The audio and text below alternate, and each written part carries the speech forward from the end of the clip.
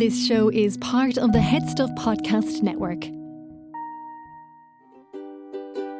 This is how it's always been.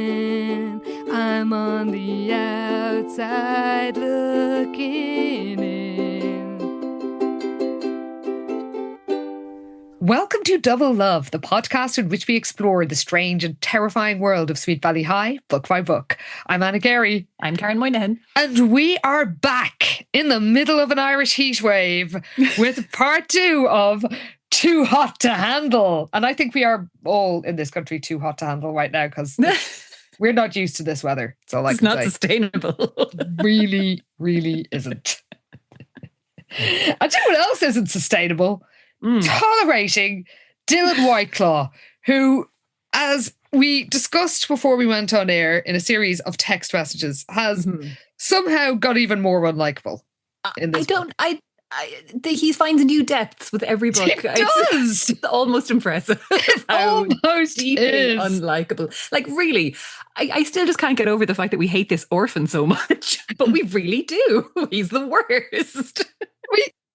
It just keeps getting worse. This is the thing. Like, you take a step back every so often and go, no, we really should feel bad. No, fuck him. Can't do it. And the worst of it is that once we get past this firestorm thing, the next trilogy is all about fucking Devon. Like, oh my God. Have we not suffered enough? I think we have. We're only 2 books into this trilogy and we're already fucking sick of his shit. Well, there was absolutely way too much of him in this, like even more than the last book. I mean, the only bright spot has been Pete, and Pete. Let's just say we still love Pete. We reached the end of this book and we still love Pete. They could never make us hate you, Pete. Never.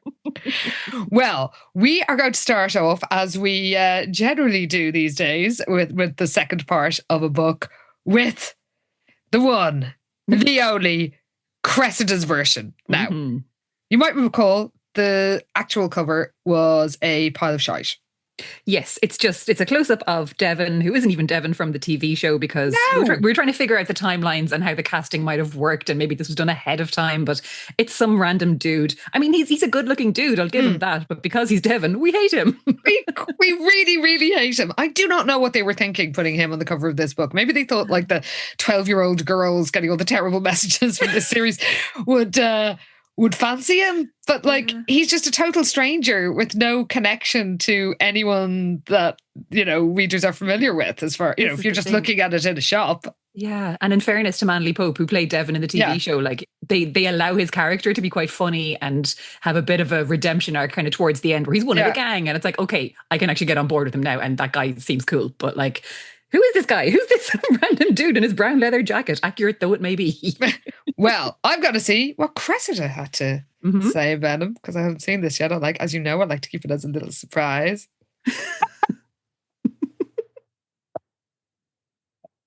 Bob, is that you? The one and only.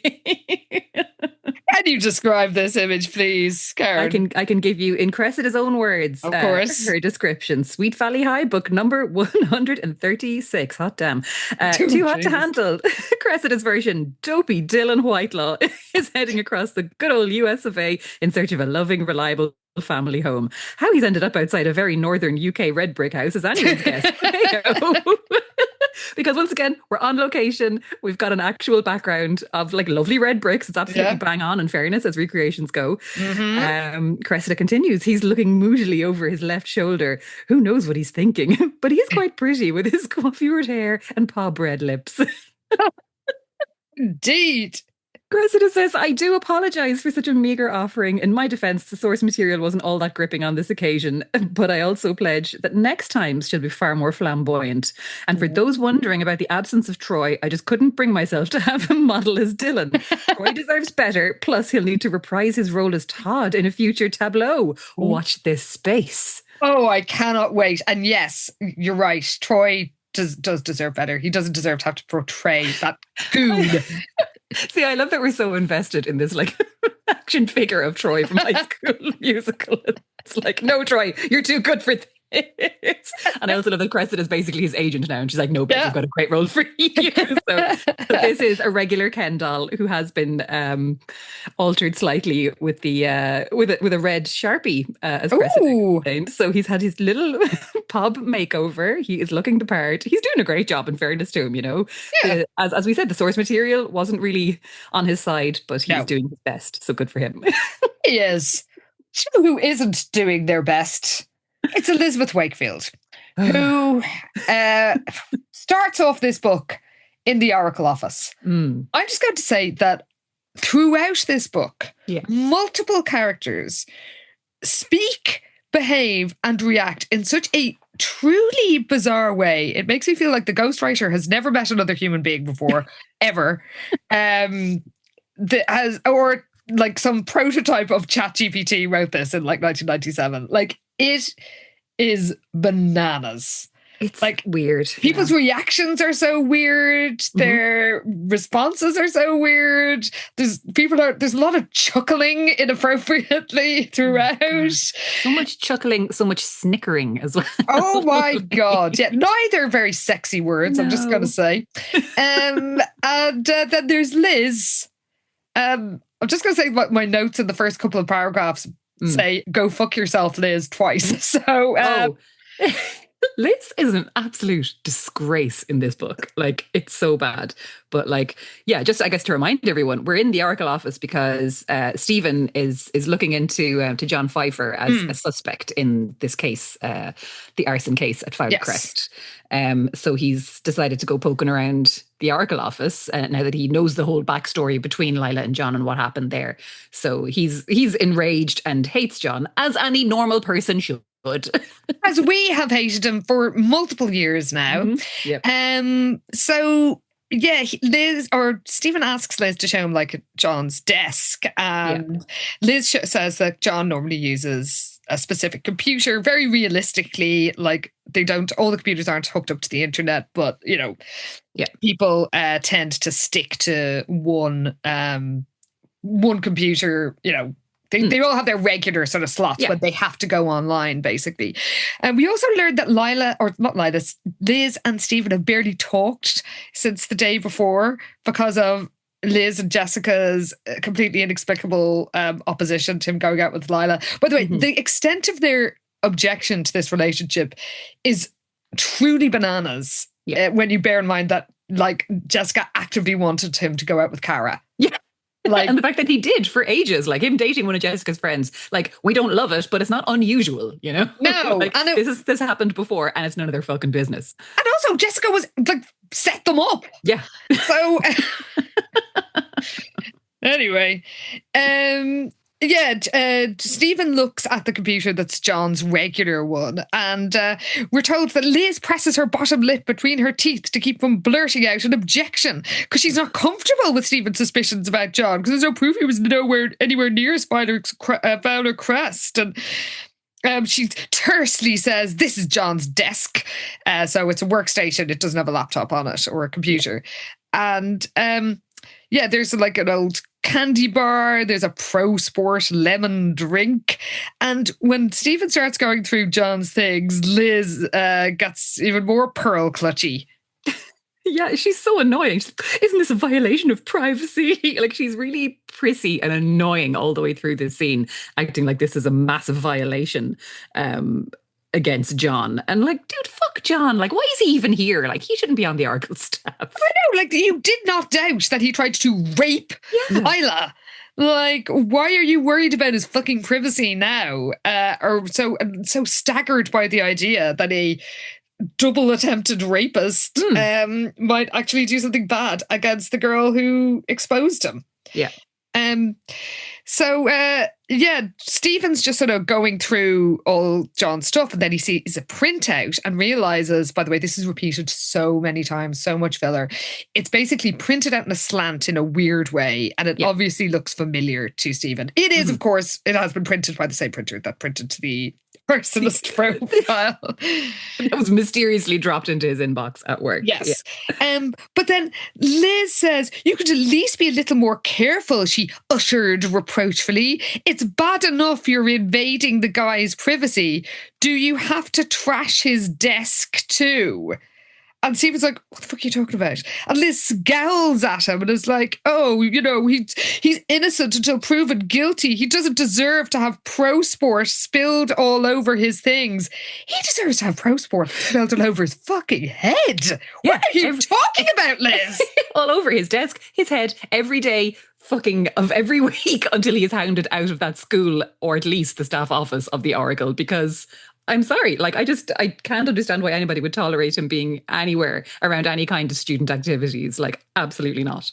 And then Stephen looks at the can and says, this stuff is nasty. John Pfeiffer must be a weirdo if he drinks it. It's sort of a weird remark about itself. But then Liz sniffs indignantly and is like, Todd drinks it. Like, why are you defending John Pfeiffer, Liz? What is your fucking problem? Everything about this conversation is weird because Stephen's like, oh, I rest my case. And Liz is like, what does this mean? And she's like glaring at him and he's like, he chuckles and is like, lighten up, Liz, I was just kidding. And Liz is like, oh well, and cracks a smile. My notes say Liz is a giant freak in this scene. Like, I swear she's like a malfunctioning robot or something. It's like, as you're saying, like everyone's reactions are totally weird. Nobody's acting normally or even like themselves for whatever passes for normal in Sweet Valley. Like, it's just the hinges are well and truly off. I don't know what the fuck is going on with it. It's really like she's just being so strange. Yeah.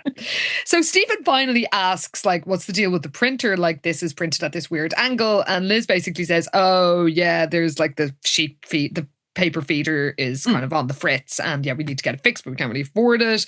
They're waiting to have it fixed. And then Stephen is like, yeah, finally on the right trail. And instead of Liz taking this seriously, because it's obviously, this is like the classic thing in an old detective novel where it's like, these were typed on the same typewriter. Yes, yeah, the E is slightly crooked. Yes. Like, that kind of thing. But like, yeah, so he's actually got a lead. This is something of a breakthrough in his case. And Liz just like, oh, whatever, rolling her eyes. And she's just the worst. She really is. But then she freezes. She gasps, clutching Stephen's shoulder, because who should be glaring at them? It's John fucking Pfeiffer. Oh my God. Fists clenched at his sides, no less. Good to know he's still a violent little fucking freak anyway. No. So when she grasps Stephen's shoulder, Stephen turns around and we're told Liz's face is as white as chalk. Christ. And John says, oh, what are you doing going through my stuff? And Stephen realises who it is. And he has to keep his hands at his sides, even though he's itching to wrap them around, we're told, the creep's meaty throat. Pretty weird expression. Very weird turn of phrase. Also, like, I don't think John Pfeiffer, or like in my head at least, he isn't some huge beefy dude. Like, absolutely not. Not really the vibe at all. No. So John is like, oh, what's going on? And Liz is turning bright pink and says, I can explain. And Stephen doesn't give a shit. He's just like, yeah, so can I. I'm with the DA's office and we're looking. Don't even get me started on that. Anyway, we're pretty sure it was arson. And John says, what does that have to do with me? And Liz's like, nothing but Stephen. And John is like, yeah, you don't scare me. I don't have anything to hide, but unless you have a search warrant to get away from my stuff. And Stephen's like, no problem. And then it's like, by the way, John, where were you the night fire broke out at Fowler Crest? Full on Columbo. Like, this is like, as stupid as this whole storyline is, and Stephen having anything to do with the DA office, he is actually very cool in this scene. Like, he's unruffled. He's like, yeah, I can ask you some questions. Doesn't matter if I'm here. He's very chill. He handles it really well. Like, it's an absolute show of herself with all her blushing and stammering. It's like, dude, get a fucking grip, will you? But yeah, Stephen, yeah, again, is very, like, as you say, Columbo. So I got one more question. One more thing. Where were you the night the fire broke out? And John, of course, is like, oh, I don't have to answer any of your questions, but for the record, I was out bowling with some friends. And Stephen's like, didn't know you had any friends. I love this, but then Liz, the fucking weirdo drama queen, made a small gasping sound and turned away, shaking her head. Like, how dare you imply the rape or attempted rapist whose only fucking punishment was apparently being made into an outcast. Like, how dare you imply he doesn't have any friends? Oh my God. Like, yeah, Stephen's absolutely in the right here in this scene. Like, Liz is just so embarrassing, honestly. I don't know what she's doing. Is disgraceful and also really weird. So John is like, oh, I still have a few. Lila didn't manage to turn everyone against me, though she certainly tried. And Stephen's like, yes, you're very angry with her for ruining your life. And he's like, yeah, if you make accusations, you better have some solid proof, and it had better be more than the words of a spoiled rich girl. And Stephen is enraged and is like, well, I didn't always feel that way about Lila. I hear you weren't on a date once. And a wounded look flares in John's eyes, reminding Stephen of a beaten puppy. Don't need to bring puppies into this. You leave the puppies out of it. Oh my God, puppies and John Pfeiffer do not belong together. But yeah, he makes this point that, Lila Fowler is the type of girl who destroys anyone who cares about her. Apparently his voice is raw with emotion. I'm like, get in the fucking bin, man. Oh my God. If you know what's good for you, Wakefield, you'll stay as far away from Lila as possible. So that's their little showdown. But honestly, good on Stephen for keeping the head and getting some digs in, because I was all for it. And Liz was worse than useless. Awful. Gasping like, oh, Stephen, Herman, my pills. She was honestly like she was about to faint away or something. Like, Liz, what the fuck are you doing? Like, her reaction would have only been appropriate if Stephen had, like, thrown John through a plate glass window or something. Yeah, like, which I also would have been fine with. Yes, exactly. Well, one dickhead to another. We cut, as my notes say, ugh, to fucking Devon. So we can skim a lot of Devon's shopping trips, of which there are far too many. He's buying roses for Linda because he's like, oh, is she the roses type or a mixed bouquet? And definitely roses. So apparently him and Pete have worked out a compromise. So for every expensive bauble he delivers to Linda, Devon's going to choose some sort of sentimental gift. And he rides the elevator to Linda's suite and chuckles to himself. Did you count the chuckles? I actually didn't, and I'm kind of regretting it now. Do you know what? At the end of this, I am going to just do a search. I'll do it at the very end. It will only take a second, because there's a lot of chuckling. I have a zero tolerance for chuckling and chortling. Neither, especially when it's characters that are, unless it's a baby. A baby is allowed chuckle, then it's cute. Absolutely, yes. But nobody else. So yeah, he's chuckling away to himself, going, ho, ho, ho, ho, ho. I'll have my uncle writing poetry to this woman before this is over. So then he knocks on the door and flashes his most charming smile, I can only imagine, and hands over the roses. And Linda's like, what am I going to do with that man? And then but then she invites Devon in, and he sees her hotel room. I think it sounds amazing. Okay, good. Me too. Because we get a description of the room. Like, Devon's glancing around, and apparently everything was pink. The curtains, the carpet, the sofa, the cushioned chairs, the clock on the wall, even the framed prints were pink irises. The only thing that wasn't pink was the glass and chrome coffee table. I was like, oh, cool. So Jane Mansfield kind of loved this. Yes! Then it was the ugliest hotel suite he'd ever seen. Just shows how tasteless and awful he is. Honestly, I was so down with this hotel suite. I was like, this sounds fucking class. I love it. And then they both start slagging it off because he was like, ooh, interesting decor. He remarked, trying to be polite. It's like, no, he's not. Yeah, exactly. But apparently Linda hates it too, because she's like, yeah, it's like being trapped in a vat of strawberry mousse, and they have this big laugh about it, which kind of breaks the tension. But I was like, fuck the pair of you. This place sounds cool. Same. Exactly the same. So Devon says that Pete feels awful and he wants another chance. He's been kicking himself ever since for wrecking things with you. And Linda is pleased by the flowers, and Devon's like, Pete's a really considerate guy, don't you think? Linda snickers. Snickers is second to a chuckle. It's not good. It's like, I know, because Linda's meant to be this kind of cool, classy, aloof gal, and now she she's certainly like, isn't. like, what's going on here? I don't say everyone in this book is insane. A bunch of fucking garden gnomes scampering around. Like, oh God. What is wrong with them? Swear to God. Anyway, Devon is delighted that Linda seems to be charmed, and she says like she does love the flowers, but don't tell your uncle. So Dylan's delighted by that too, and he almost doesn't hand over the bauble because she's so pleased with the roses, but he has to do what Pete wants. So he gives it to Linda, and she says, "For me?" Linda said with a giggle. Linda, you're a grown woman. Get a grip. What is wrong with her? I don't know. But she opens it up and it's this dazzling diamond necklace, and Devon's kind of taken aback by this thing because it's clearly super expensive. And he's like, my God, Pete must have spent an absolute fortune on this. So she thanks him for bringing it. She's like, it's beautiful. And Devon's like, oh, can I tell my uncle you said that? And she's like, yeah, but play down how I said it. So he kind of feels like, okay, we're actually getting somewhere. I might actually be helping Pete with this relationship, and he might be actually winning her over now.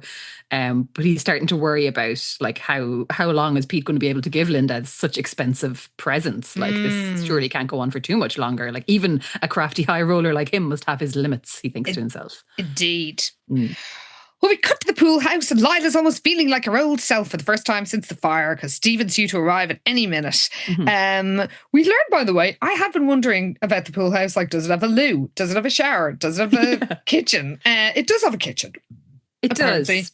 But it's not as, the stuff isn't as fancy as the actual mansion, though, because apparently she's grown tired of eating off the cheap dishes that were stocked in the pool house kitchen. I find it hard to believe even their pool house had cheap dishes. Same. Yeah, that doesn't check out at all. But she's gone off and purchased a load of fancy china plates and crystal stemware. I presume Waterford crystal, because only the best for of course. Waterford's finest. Like yourself. There you go. So she's got this really fancy table spread all set up, and she's got linen tablecloth and napkins. Yeah, she's got some lovely tapered candles. She sets up her little book of matches from their date in Shea Costa. But as we know for Stephen, that's just setting off alarm bells every time he matches. Well, she's put together quite the gourmet feast. She's got a bowl of cracked ice, and she's taking caviar and nestling it into the ice. I love how they can't think of anything fancier than caviar. So if you're like a fancy person, you've got to be hoovering up the fish eggs. Sure, yeah. Ugh, I've never tried it. It doesn't appeal to me. I have tried it. It's very, very salty. I would imagine, yeah. It's just like a spoon of salt, really. Yeah. Pretty much, which, sounds quite good to me. But anyway, she's also got pate and cheeses, because that's also a sign of fanciness. And then Stephen walks in, and I will say, Stephen is a dickhead in this scene. He's quite rude. Yeah, he walks in, he barely glances at the table, and Lila's kind of disappointment. Or she's kind of disappointed that he doesn't react to this effort that she's put in. But she's like, well, what's up? Because he's got this weird look on his face. And he says he thinks he's hit pay dirt. So she's all excited. She's like, oh my God, did you find out like who set the fire? And he thinks he did. So now Lila, she kind of realizes she doesn't really want to know because, someone's out to get her and it's scary. And she just kind of can't think like who would hate her this much to like almost try and kill her, basically. Yes. But so she just kind of wishes this whole thing would go away. Stephen's like, it will soon. So when she asks, look, okay, who is it? He starts to explain. He shows her the printout of we get a full description. Profile. Like they tell us the whole thing. Like in fairness to Lila, like Stephen just spit it out, like put the poor girl out of her misery. But we don't need to.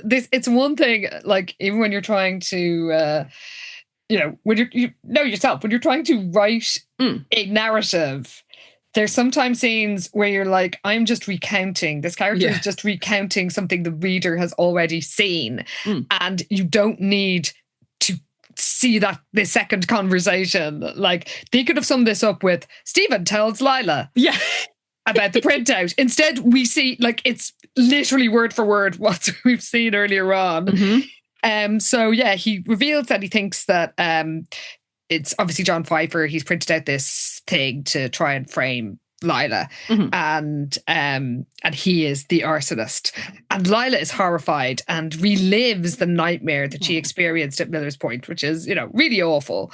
But Stephen assures her that, he's on the case now. He's going to make sure John is put away and he'll never get to hurt Lila again.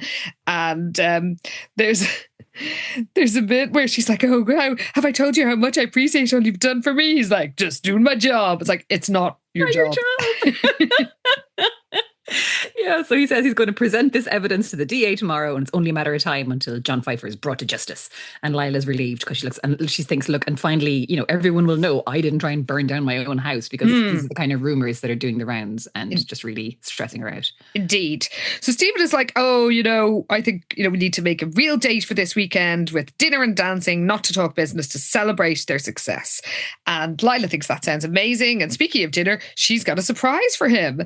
So she sets out the caviar and the appetizer platter on the table and said they also have, this is just the first course. Did she make this herself? Like, she's got vichyssoise. Did she make that like on her little hot plate in the pool house? A mesclun salad, I don't know how to pronounce that. Chilled escargot in a white wine sauce, braised salmon with capers and pecans, and then hazelnut torta for dessert. And Stephen just shrugs. He is so rude. He's very rude. This is disgraceful. It's so bad. Like, yeah, he shrugs, helps himself to a bit of pate and a bit of cheese, and he's kind of, Lila's like, oh, I hope you like it. Being all hopeful because she has put in this effort. And Stephen's like, oh, I do. Chuckles, of course. But he says, but if I don't, it's not a problem. Guido's delivers and I know their number by heart. And Lila flinches because she had gone to some trouble here. Now, I do think she actually just bought all these things. I think Seasons is like the gourmet shop they mention early on in this scene. So maybe she bought all these things and heated them, but or not, I guess, in the case of some of them. But she obviously went out and gathered up all these things and got some fancy linen tablecloths and all, but he couldn't give a fuck. It is just so rude to go if someone's put up dinner for you and you're like, no, the pizza number by heart. It's really rude, and she is stung by this. But then she's like, I guess he's just joking and he's trying to cheer me up. After all, he's her hero. And she kind of is thinking, look, her life is getting back on track and she has Stephen to thank for that. So she thinks maybe I should just lighten up and enjoy myself. But she is right to be hurt by this because he is being rude. He is, and there's not really any comeuppance or acknowledgement of this. So we cut back to Vegas. God, we could skim over some of this because there's so much stupid banter. And Pete is still charming. That's all I think you need to know. Pete remains charming. And I'm so disappointed that the words cut back to Vegas. I'm just like, oh God, because I love Vegas, man. I got married in Vegas. I have a great time there. And I'm just like, oh, are we done yet? This book. Yeah, why is Devon Whitelaw is spoiling Vegas for Karen? This is how bad he is. Well, Devon tells Pete that Linda loved the roses. Now, she's clearly crazy about him, and they're sort of bantering around, and Pete's like, oh, I used to think you were just like me 25 years ago, but I was never such a smart, alecky, know-it-all brat like you. But his blue eyes are twinkling with humour. He's amused by Devon's romantic side when, Devon's like, oh, we'll win her heart. Yeah. And they joke around, but then Pete actually says, you did good, kid. Like, congratulations. And Devon, is gratified. And Pete says they need to celebrate. And Devon thinks they're already out because they're having a meal in a restaurant. But Pete's like, finish your steak and I'll show you what celebrate means in Las Vegas. Pete. Pete, you deserve so much better than this little shite. He truly does. Like, when he's kind of slagging off Devon a bit, kind of, in his friendly uncle manner, he shakes his fist at him and everything. He's like, I just love him. I love Pete's vibe. Seriously, he's the best character in this book. He really is. Oh, then we cut to Liz, who's worried about Stephen. There's really no reason for you to be worried about her. No. And she doesn't know what to think anymore because, she is thinks that something terrible might happen to him. And then Jessica comes in with a load of clothes that she wants to dump in Liz's wardrobe because, like, there's no room in her own. And Liz tells her all about Stephen's suspicions of John. And in fairness to Jessica, she is just horrified at the thought of John Pfeiffer. But Liz wonders if he was right that Lila wants to destroy, because he told Stephen that Lila wants to destroy everyone who cares about her. And Jessica is like, what the fuck are you talking about? Yeah, in fairness, yeah, because as soon as Jessica hears about John, she's like, ugh, he's such a creepy guy and he has a motive. And Liz is like, yeah, I guess. But when she goes through what happened with the kind of confrontation with Stephen, Jessica asks her, do you think John did it? And Liz is like, oh, I don't know. But yeah, when she gets on about that, Jessica's just like, he's a slime. Like, why would you believe a word he says? But Liz is just determined to be wrong about everything. And it's like, what if there's some truth to it? You know, what if she really is out to destroy those who care about her? Jessica's like, I can't believe you'd even listen to him. But Liz won't let this go. She's like, no, think about it. Remember when Lila went like on a shoplifting spree to get back at her dad? And Jessica's like, yeah, that was years ago. And even so, like, who cares? You know, she is spoiled, but it doesn't make her criminally insane. And then for some reason, I don't know why they do this. Liz says, for the sake of argument, let's just suppose, John didn't try to rape Lila. And Jessica is absolutely furious and just thinks Liz is losing it at this point. And I'm like, Liz, what the fuck are you talking about? Like, we are not going back and relitigating this. Surely that poor girl has been through enough. We also saw it happen. Yeah, exactly. That book was from Lila's POV.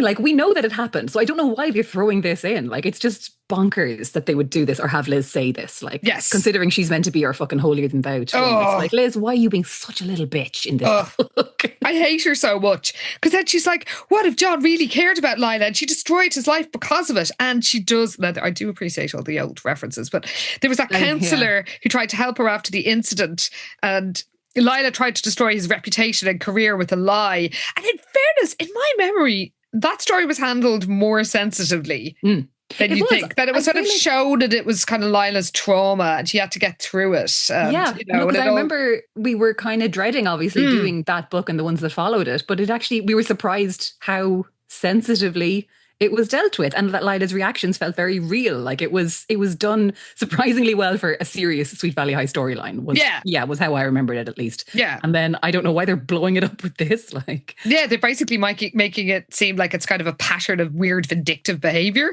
Because Liz is like, now the fire. Was Lila furious that her parents left her alone, and was this her way of trying to destroy them? And then says, what if Lila is totally out of control? Fucking hell, I think Liz is out of control. She sure is. So Jessica is like, oh, I don't know, I don't want any of this to be true, she whispers. And then Liz is like, oh yeah, because she says, I can add myself to the list of people who care about Lila. I feel like she's trying to hurt me by going out with Stephen. You narcissistic maniac. Come on. This has nothing to do with you.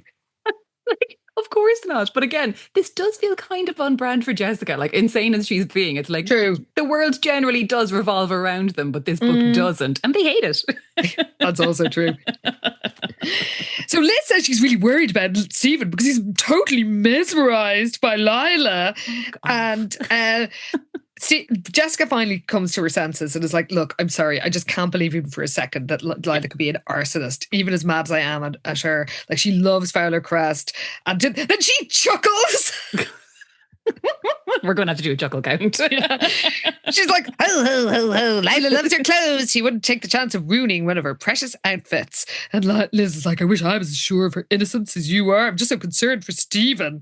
And Jessica's like, well, I think Lila's using him and won't admit it even to herself, but she's not a criminal. And she's like, I think our biggest problem is this ridiculous romance. And then she has a great idea. God, she's full of great ideas. But so it's stupid. It's so stupid.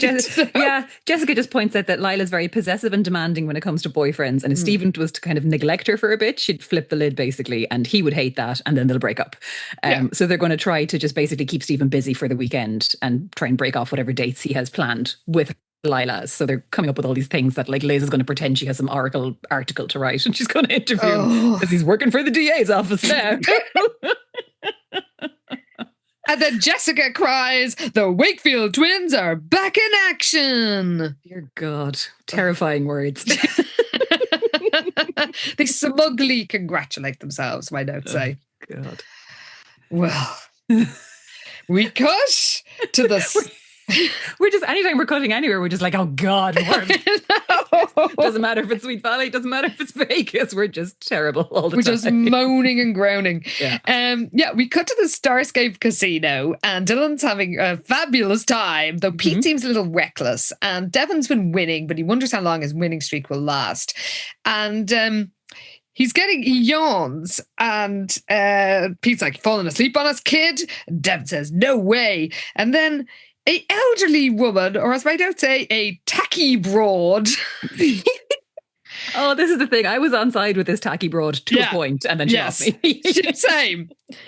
She defends Dylan in a shrill voice. Turns out her name is Mrs. Ruman. And she keeps blowing Devon a kiss. And we're told he still wasn't used to having older women fawn over him so blatantly. Yeah, you shouldn't be. Fucking 17. He's 17. It's gross.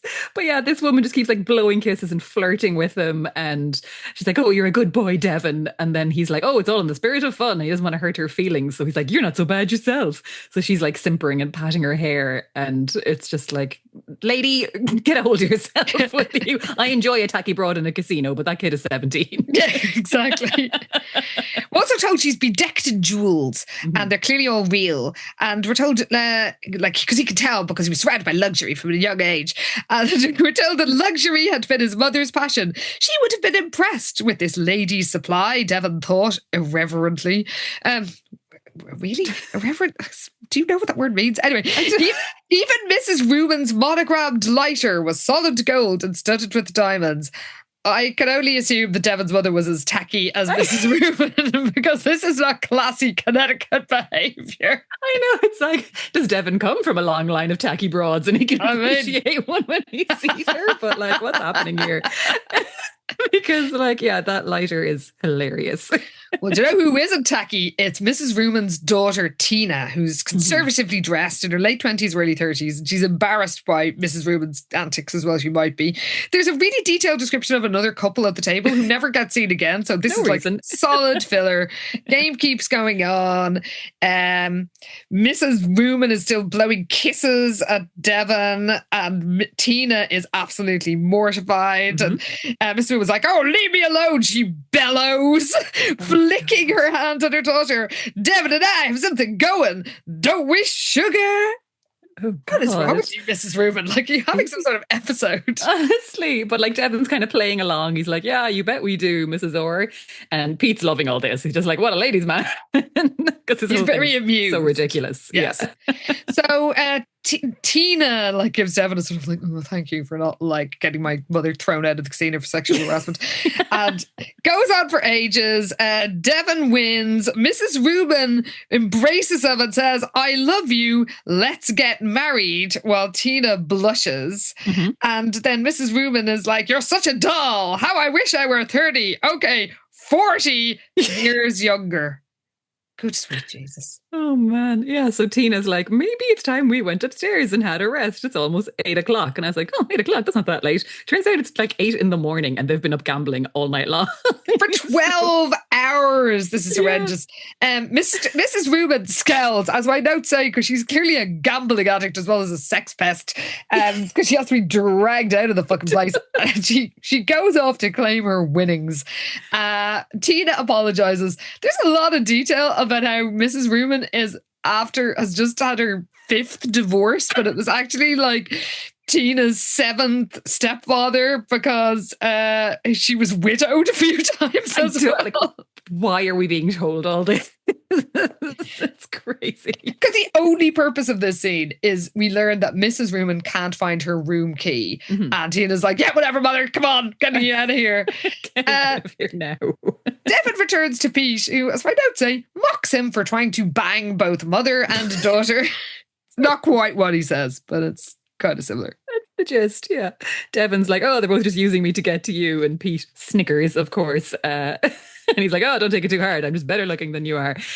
Pete is just always like a good-humoured and great crack, honestly. So Devon is delighted. He's had a really great, like, all night of gambling. He's won loads of money, and he just feels like no one's, as he says it, so far no one in Vegas seemed to be out for his money, except for the casinos, of course, but at least they're upfront about it. But his uncle clearly doesn't care if Devon has money or not. So even though they're in this like tacky, hard-edged environment of the Las Vegas casino, Devon is starting to feel kind of at home here, and like he's found his people, basically. And he's just quite happy with this kind of life that Pete is giving him. So he's like, okay, maybe this is it, and I can settle down here. Yeah, he says, I do believe I finally found a real home. And if I didn't hate him with the passion of fire of 1,000 suns, I might be happy for him, but I'm not. Same. No, that's simply impossible. Well, we cut to the DA's office, and Stephen presents his evidence, which is described again. Oh, for God's sake, we know about the skewed fucking printout, guy. And he's very pleased with himself. And in fairness, this is a really good breakthrough. But Mr. Garrison is not impressed and literally bellows, "It shows nothing!" and throws the printouts back at him. Honestly, him and Liz will get on well together. They're both a pair of fucking drama queens. And Stephen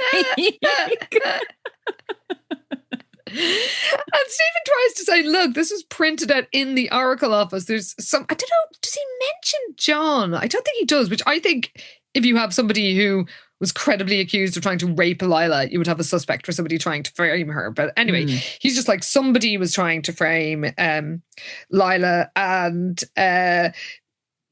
Garrison is like, that's a twist of logic.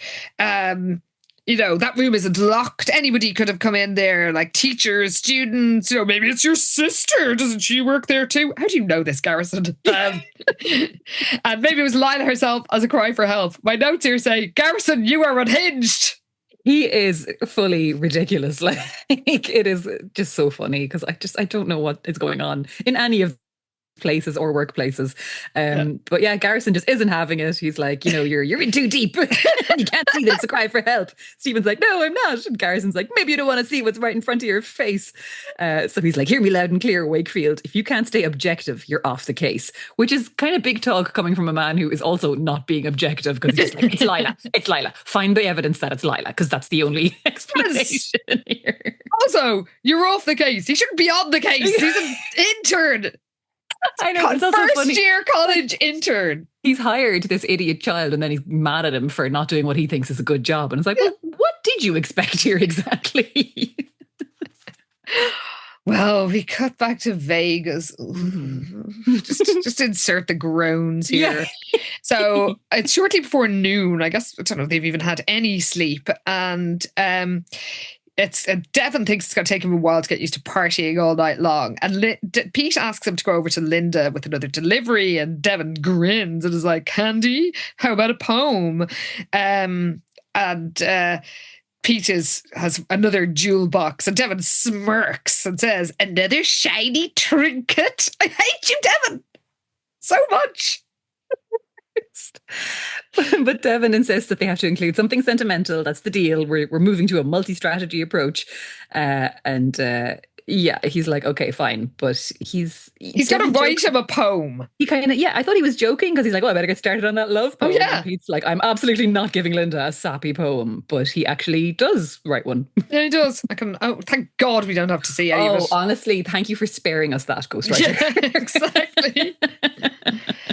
And then, because they're so committed to Devon, they're not even, normally, when you've got dual POVs, you alternate between them. But no, we're just cutting to another Devon scene. He's making the delivery. Linda is touched by the poem, but she's like, there's no way Pete came up with this.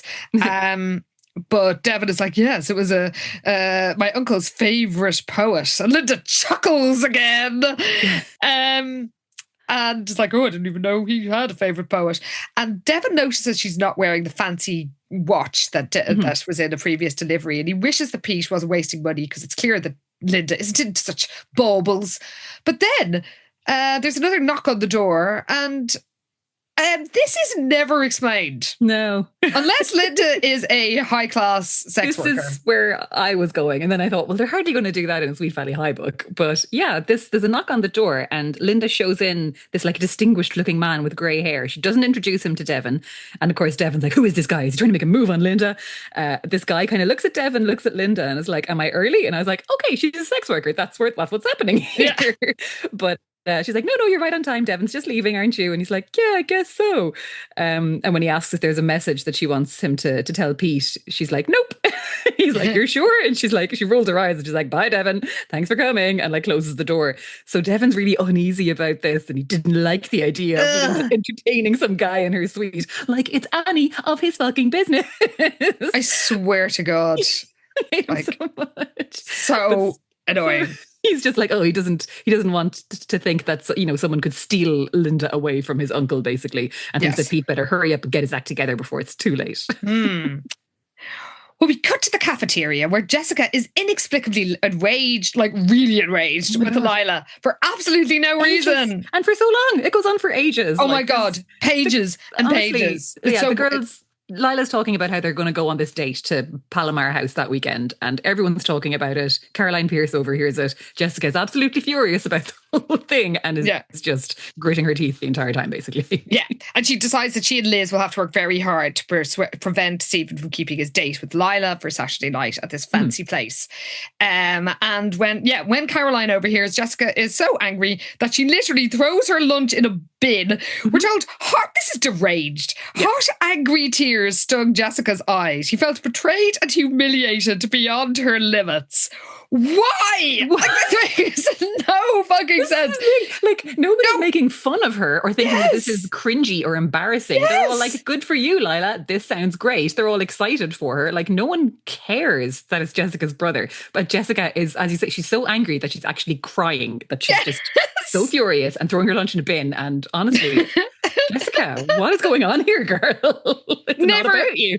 And it will never make sense. Just in case you're expecting it to make sense, it won't. No, she's just having this insane reaction to everyone else just being like, oh, cool, you're going on a date. That sounds really nice. And talking about it. And Jessica storms away thinking Lila is destroying my life. Oh, my God. Lila, whose house was just burnt down and has been framed for arson. But Jessica's the one whose life is being destroyed. Lila living in a fucking pool house. With cheap plates. Cheap plates. Oh, God, the indignity. Well, we cut back to Vegas. There's a really detailed description of like a man-made rainforest in a hotel. Yeah, Kokomo's in the real? Mirage. Yeah, the Mirage is closed now, though. It's going to be turned into a Hard Rock hotel, which boo. Because it was this big like rainforesty kind of tiki style restaurant thing in the Mirage, which also has the big volcano outside of it. Oh, that's gone now. Yeah. I know. It's like, stop taking out the tacky bits. Those are the best bits. Fun tacky, not cheesy tacky like fucking Hard Rock Cafe. No, I don't like that. Yeah. So unfortunately, I think when we were there, or when I was there, like getting married, literally like 2 weeks later, it was like, and the Mirage is closing down. I was like, oh, God damn it. Well, did you get to see it in person? I have seen it before. Yeah, I didn't see it that trip, but I have seen it before. And they also mentioned the Tropicana in this book, which has now been demolished. And we got to go in for a look around like one of the last days that it was open to the public. And it was really weird because, none of the machines were running. And like a ghost casino. Very ghost casino vibes. Yeah, it was really odd. Very hacks. It was cool to go in for a look around. It was very hacks, actually. Yeah. I guess this had to be a real place because of the detailed description of the rainforest garden. It goes on for quite some time. So, Devon tells Pete that Linda loved the poem and Pete sort of mock grumbles. She probably thinks I've turned into a total sap. And Pete's like, I didn't tell her I wrote that piece of garbage. And Devon sort of pretends to be really hurt and Pete chuckles. But they're sort of bantering back and forth. So Devon boasts about how much Linda loved the poem, and that actually makes Pete laugh because Pete's brilliant. Pete's the best. But then Devon tells her about the stranger who turned up at the hotel suite, and Pete is all flippant. It's like, was he better looking than me? And then Devon scowls. Devon is just weird. But Devon is like, look, you can't risk losing, I don't know what's going on between her, Linda, and this guy, but Pete becomes serious. It's like, I hear you, kid. Linda's beautiful, smart, and classy. She's not that fucking classy. She's not the kind of woman who'll stay unattached for long. So Devon's like, you've got to step up your game. And Pete is like, oh, thank heaven I have you. But Pete is convinced that like there's still no hope. So the breakup was really bad. Maybe he'll make a declaration in a few weeks. And Dylan is all like, oh, you're scared. And Pete says, terrified. And Devon thinks, how could a woman turn a guy like him into a total wimp? Fuck off, Devon. I hate you. He's so judgy.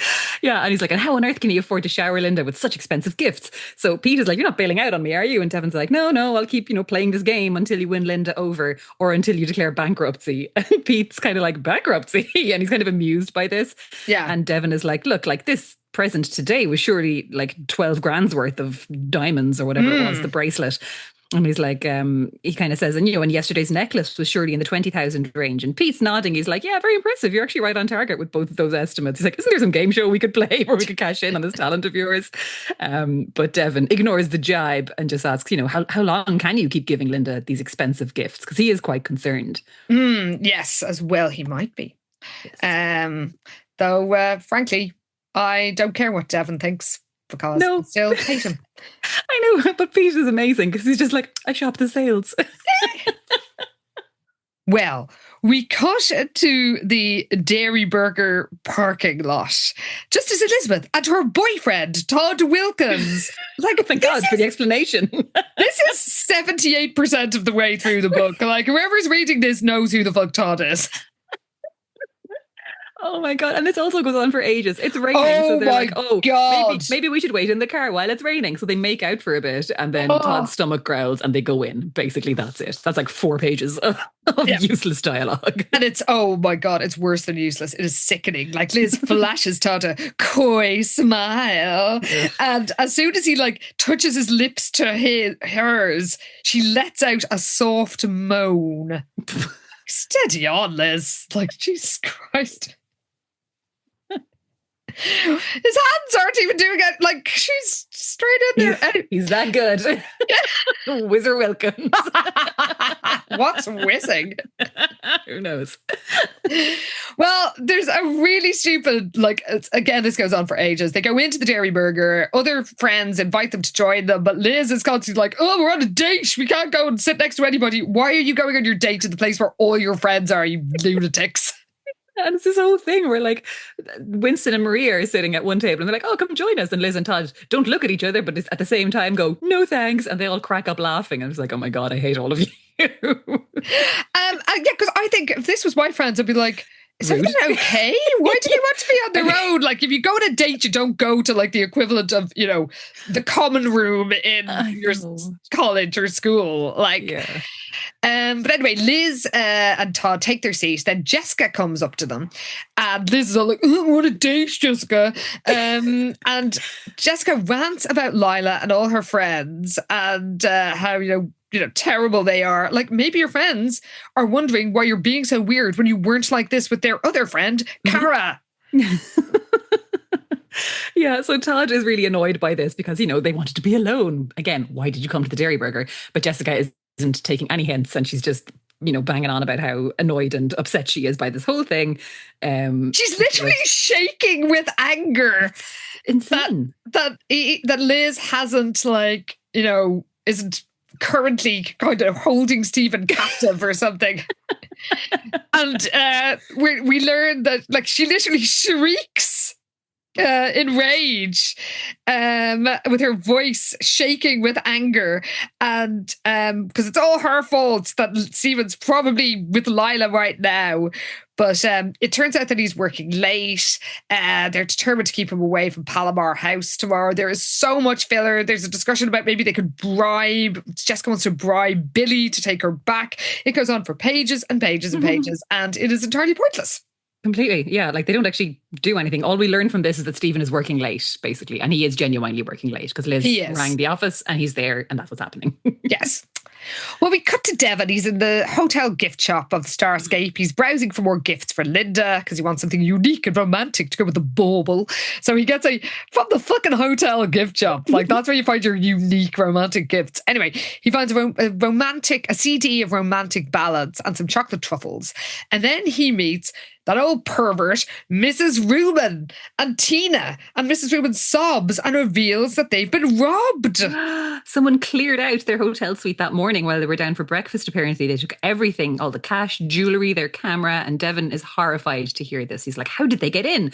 And Mrs. Rubin reveals they probably used her key card that she lost. And she's really upset by this. Tina's there with her as well. And she's like, oh, it's as much my fault. My mother hasn't been able to find her hotel key for the past few days. We should have reported it, but I just thought she'd, left it somewhere in the room. Yeah. And now they realise someone must have stolen it right out of her purse. And Devon is disgusted and outraged because you'd have to be a serious creep to do something so low. It's like, yeah, like constantly hitting on a 17-year-old. Casino, maybe. Because, at the oldest, Devon was going to be 21 because he's in the casino in the first place, which is still too young for this. Like, what was she in her 70s? We don't even know what age Mrs. Rubin was, but she was described as elderly. Like, yes. So apparently they've just come from the police who told them that there's been quite a few robberies of hotels. And Mrs. Rubin is like, oh, this is a terrible place. You should leave here. They should have warned us. I mean, yeah, but like you also lost your hotel key and didn't tell the hotel. So like, this is on you, lads. So Devon leaves them and starts thinking for the first time how he's loved Vegas so far, but now everything seems tacky and depressing. It's a place where the rich get fun and the poor get misery, and he's wondering how much money Pete is spending on Linda. And then it hits him that maybe when he says he shopped the sales, one thing that is cheaper than regular jewellery is stolen jewellery.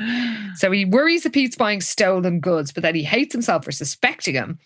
And then he heads up to Linda's suite, and there is such a long, detailed description of him going up in the lift, and I simply refuse to recap it. There's a woman in there. Why is she there? Serves no purpose.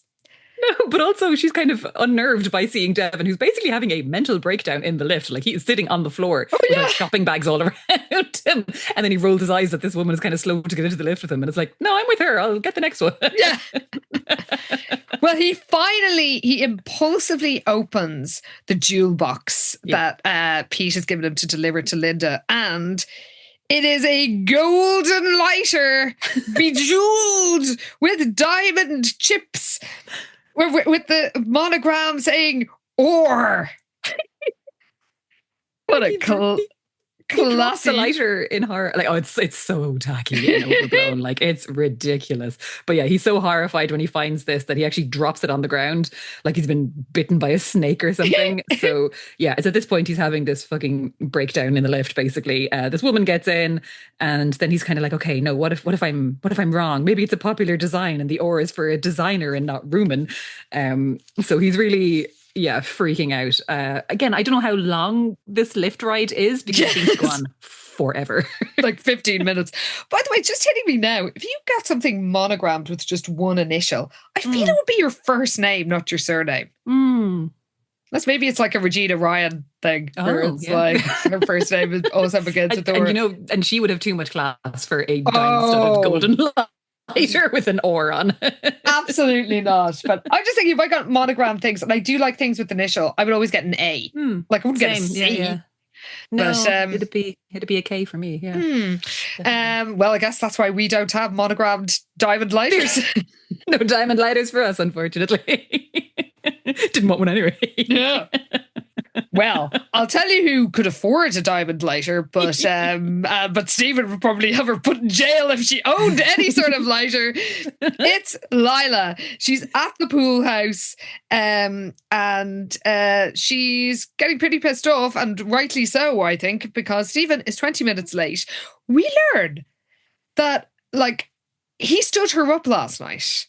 And because he was working late, but he did not ring to say he was working late until 10:00 at night. That's so late to be letting her know that you can't hang out. Like, I don't know what he was thinking. When you're next to a phone. It's Yeah. not like, oh, people didn't have mobiles. Yeah. You're in the office. He was at his desk the whole time. So yeah, Lila's fuming that he's late now after all this, because they're supposed to be going to their fancy Palomar house date. They are. She realizes they're so late now they've missed their reservation.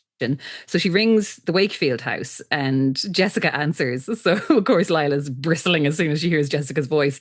So when she asks if Stephen's there, Jessica's like, I don't know where he is. He might have gone back to SVU for the weekend. Maybe he's at his apartment. And she's just saying all this, of course, to wind up Lila, Yes. which it does, because she's imagining Jessica's smug expression as she's delivering that bit of news. But Lila doesn't believe her. So she just hangs up on her, starts pacing again. She's like, Stephen was tardy, but he wasn't cruel. Jessica was cruel. True. And then she fantasizes about punching her in the face. I mean, who among us hasn't? Very fair. Then Stephen rings. He's so fucking rude. Like, she picks up the phone and just like, Lila, can you come pick me up? What, like she's your mom? What's happening here? But also, again, this is people reacting to things in such a weird way. Lila has been waiting for like, he is really late. Yeah. They've missed their reservation, by the way, as far as she knows. Like, it's too late to meet to get there on time. She had spent the whole day like having facials, preparing a perfect outfit, and then he's like 20 minutes late and rings going, can you pick me up?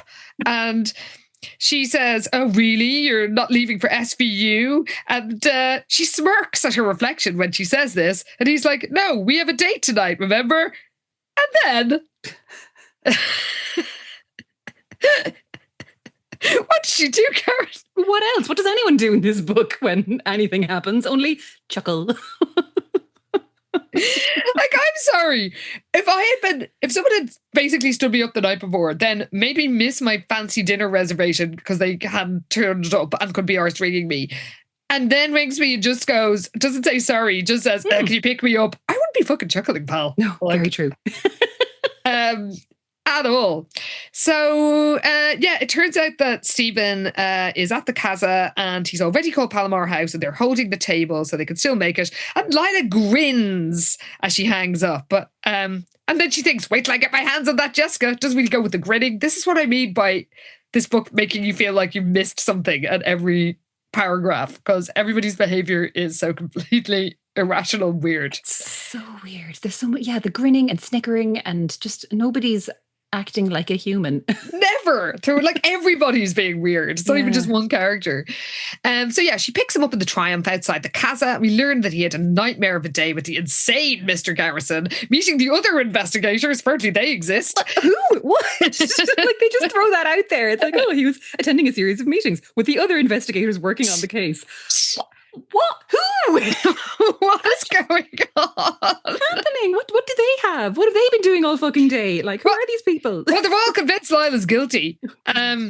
So Stephen reveals that both his regular car keys and his spare car keys both disappeared. Apparently his sisters were badgering him all weekend, and Mr. Garrison isn't taking the John stuff seriously. Yeah. We'll keep trying.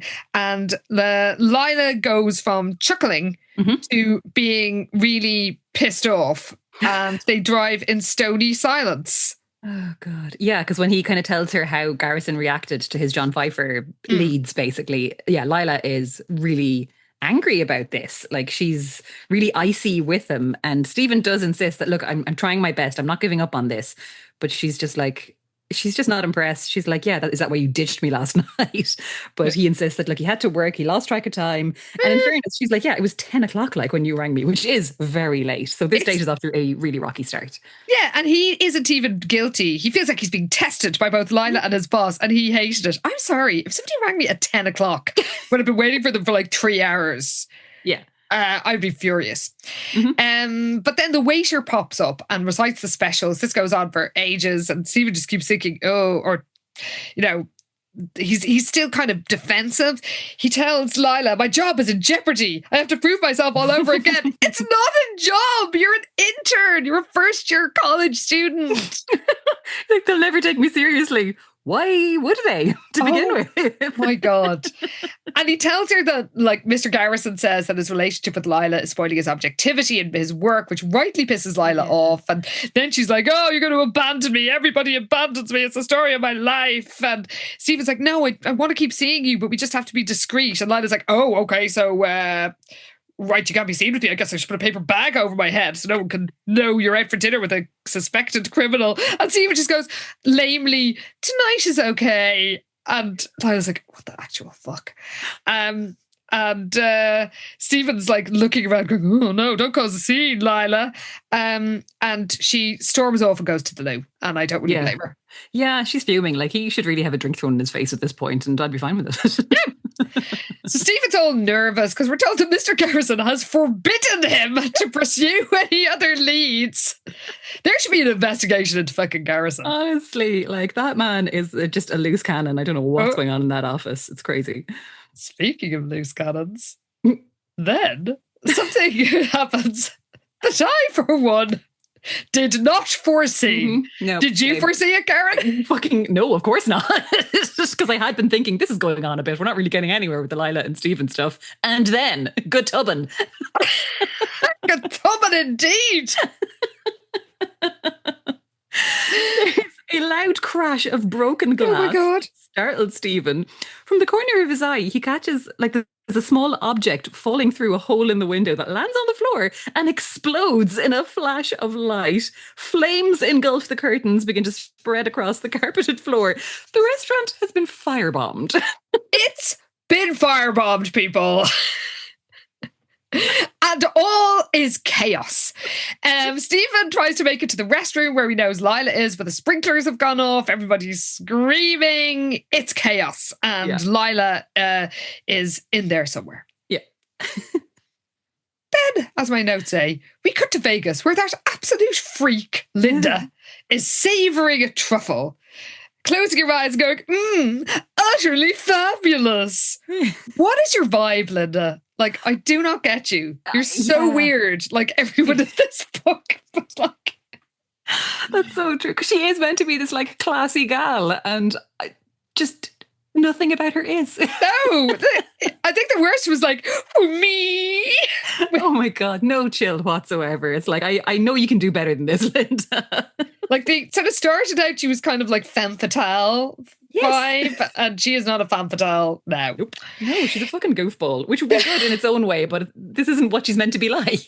No, and it's inconsistent. And it's inconsistent in this very scene. Yes. In fact, in about 2 seconds, because Devon is all nervous. And because, he's got all these suspicions and worries about the jewels, and Linda's grinning and offering him the truffle, but then she says she loves the CD and she smiles dreamily, and it's like, oh, your uncle is trying to spoil me. And Devon is like, I think that's the idea, even if it means stealing from nice old ladies to do it. Won't call her nice. Then what does Linda do?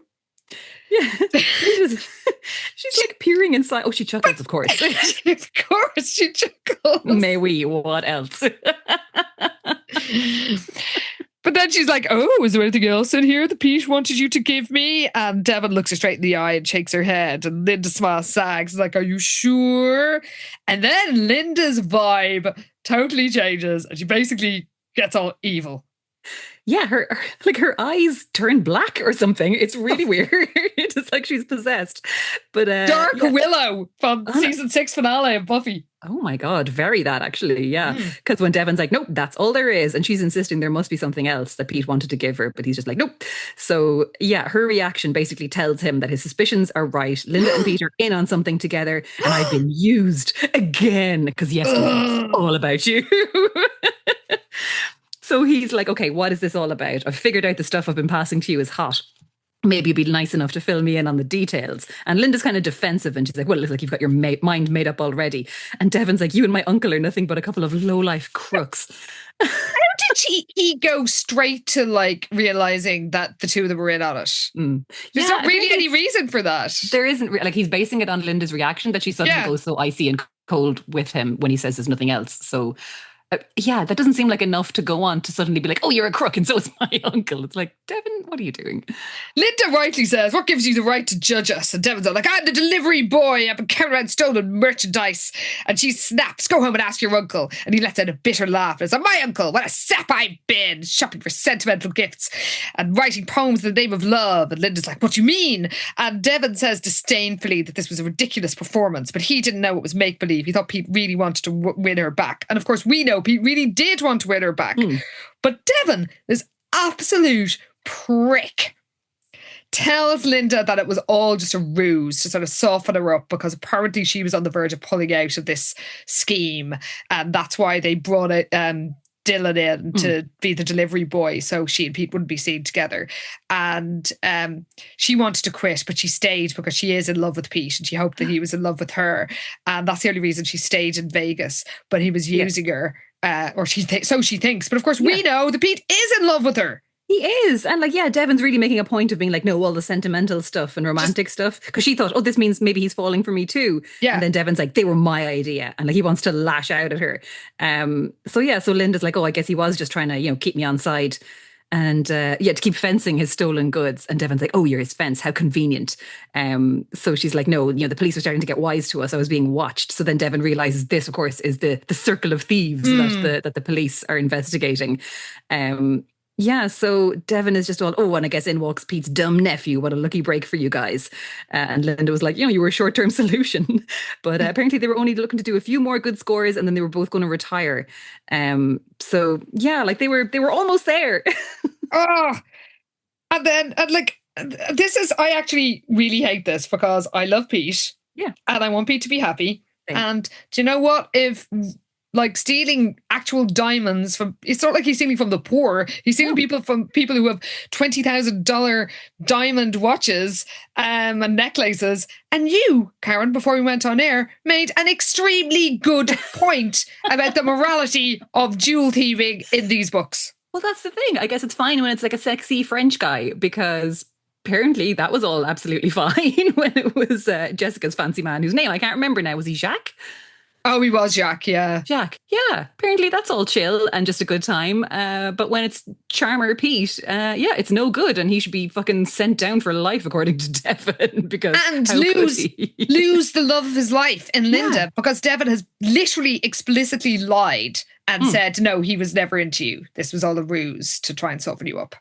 Devon has now said this to Linda. So now she thinks this was all just business. But Pete really does love Linda. She does love Pete. And now Devon is fucking it up for both of them. Yeah. Let the romantic jewel thieves do their thing, basically. Yes. Oh my God. Way to read the room, ghostwriter. Who doesn't love romantic jewel thieves? Yeah. Because, it's fine in France, but not in Vegas. What happens in France stays in France, I guess. Well, yeah. Oh, literally does. And never be mentioned again. Pretty much.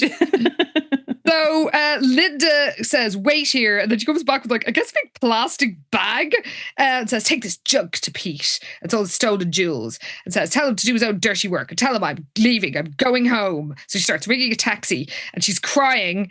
But Devon feels no sympathy for her, just cold anger. Ugh. I hate him. I hate him so much. He just ruined everything for Pete and Linda here. He's just ruining their lives because he's a little bitch. Yeah, literally. Yeah. Again, we're not feeling sorry for the 17-year-old orphan. We're feeling sorry for the middle-aged jewel thief.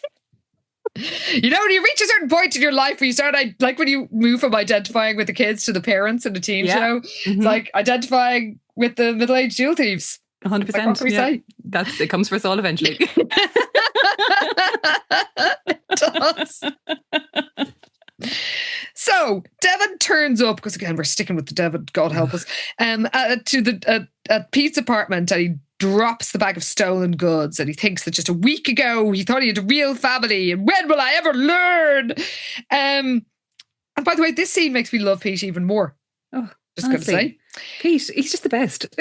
Because he's like, hey kid, I'm on my way out for the evening, but I left you a few books on the coffee table, and it's like $300 bills. And he's like, am I supposed to be impressed? Ugh. So Pete's like, oh, maybe we could grab a bite later. And then Devon just dumps all the stuff on the coffee table, and Pete's like, hang on, what the fuck? And then Devon places the lighter on the top and says, like, that's what I was wondering, but now I know. And Pete's like, you figured it out, huh? And then Pete's like, what's next? Are you going to turn us into the police? And Devon's like, it's tempting. I'm going to let you slip up on your own. I don't want to stay in this miserable town for 1 minute more than I have to. So he calmly walks to the bedroom and changes back into his own clothes and throws the Armani suit across the room. And Devon he returns to Pete, and Pete's like, guess you're pretty mad, huh? And Pete tries to persuade him to stay. Pete is such a better person than me. Yeah, because he does say, look, you don't have to leave because of this. He's like, well, Linda and I can find someone else to be our go-between. And then Devon's like, Linda's gone, just like I'm going to be gone. And Pete's like, what are you talking about, kid? Linda's gone where? And Devon's like, she's gone home. And Pete's like, what do you mean home? Like, I don't know where she's from. Did she say where? Like, what's going on here, basically? Like, he's really upset when he learns that Linda's out of here. And by the way, he knows, Devon says explicitly, yeah, I told her that all the hearts and flowers stuff was me. And she wasn't very impressed.